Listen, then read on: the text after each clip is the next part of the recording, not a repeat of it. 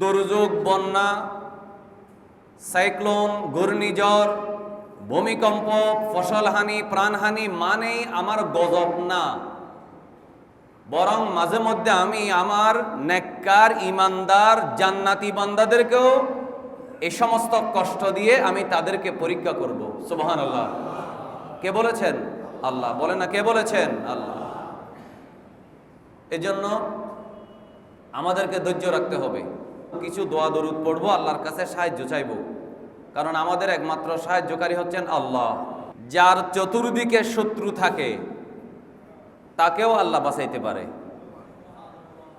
আল্লাহ তাআলা মাছের পেট থেকে ইউনূস আলাইহিস সালামকে সুস্থ শরীরে বের করেছেন।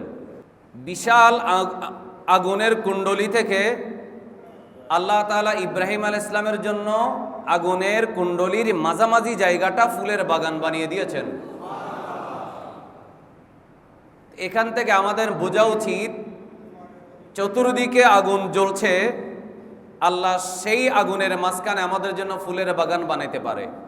এমনকি মাছের পেটেও আল্লাহ আমাদেরকে চাইলে অক্ষত রাখতে পারে। ইন্নাল্লাহ আলা কুল্লি শাইইন কাদির। একটু মহব্বতে বলেন আল্লাহু আকবার। এই জন্য হাল ছাড়া যাবে না।